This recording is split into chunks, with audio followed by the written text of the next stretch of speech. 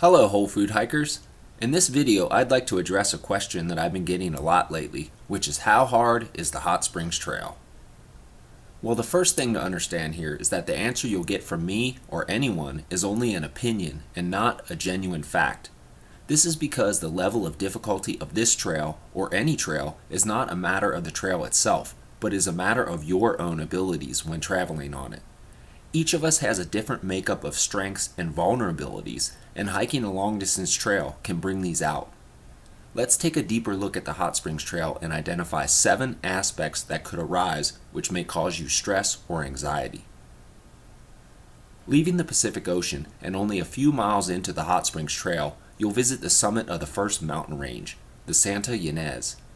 Continuing from it, additional summits, some as high as 10 to 13,000 feet, will also be topped. This requires elevation gains and losses, which can be as high as 8,000 feet. Some of these summits have detours around them, which usually involves taking a road to get to the other side. If you plan on sticking to the trail during these times, your pace may be slower. Plan ahead by being in good shape, having extra food, and carrying a light load.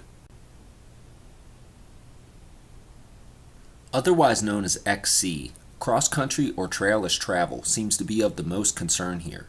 In my opinion, cross-country travel on the Hot Springs Trail is easy as far as navigation goes, because it's either made in the crux of a drainage or on the crest of a divide. Some of these segments have detours around them as well, which may also require hiking on roads. Stay on trail during these times by knowing how to use your compass and being able to detect game trails. To hike the Hot Springs Trail in its entirety, you're going to need to replenish your food supply at points along the way.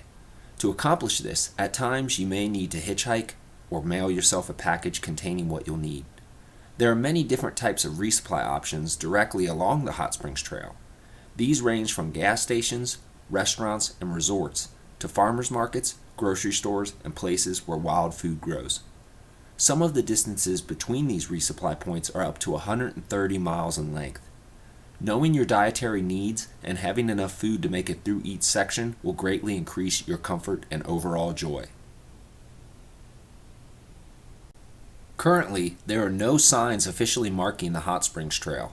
There are, however, plenty of signs on trail which are described in the guidebook. Please understand, though, that these things can change due to fire, improvements, or vandalism.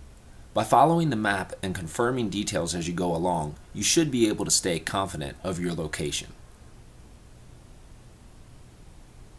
Trail tread on the Hot Springs Trail varies along the way and can range from padded trails to packed roads to complete cross-country. At times there is sand to get past and talus to get across. Be ready for this mixing of terrain by having light, versatile footwear and possibly hiking poles. Water on the Hot Springs Trail is found in 3 forms. 1. Sources that you drink from. 2. Waters that need to be crossed through or soaked in.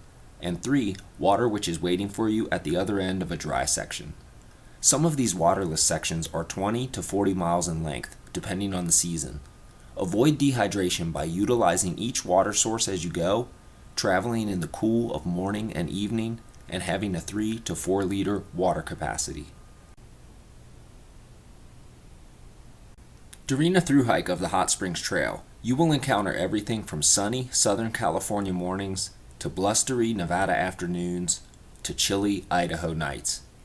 Be prepared by carrying enough gear to not only keep you warm, but dry. By checking the weather forecast before heading out into the wilderness, you can know what you'll be up against. If need be, take a day off to let the clouds pass. Also be aware that wildfires have affected parts of this trail and that these things can happen at any time. If these 7 issues present little or no obstacle to you, then this trail should be your playground. However, if there's something you've seen here that concerns you, it doesn't mean that the trip is over either. Each of these things can be minimized with the strategy and logistics outlined. Also, by visualizing yourself getting over these challenges, you can more easily thrive in the face of them when they arrive. The fact is, only you can decide how hard the Hot Springs Trail is. But in my opinion, the hardest part is just getting out of the pool.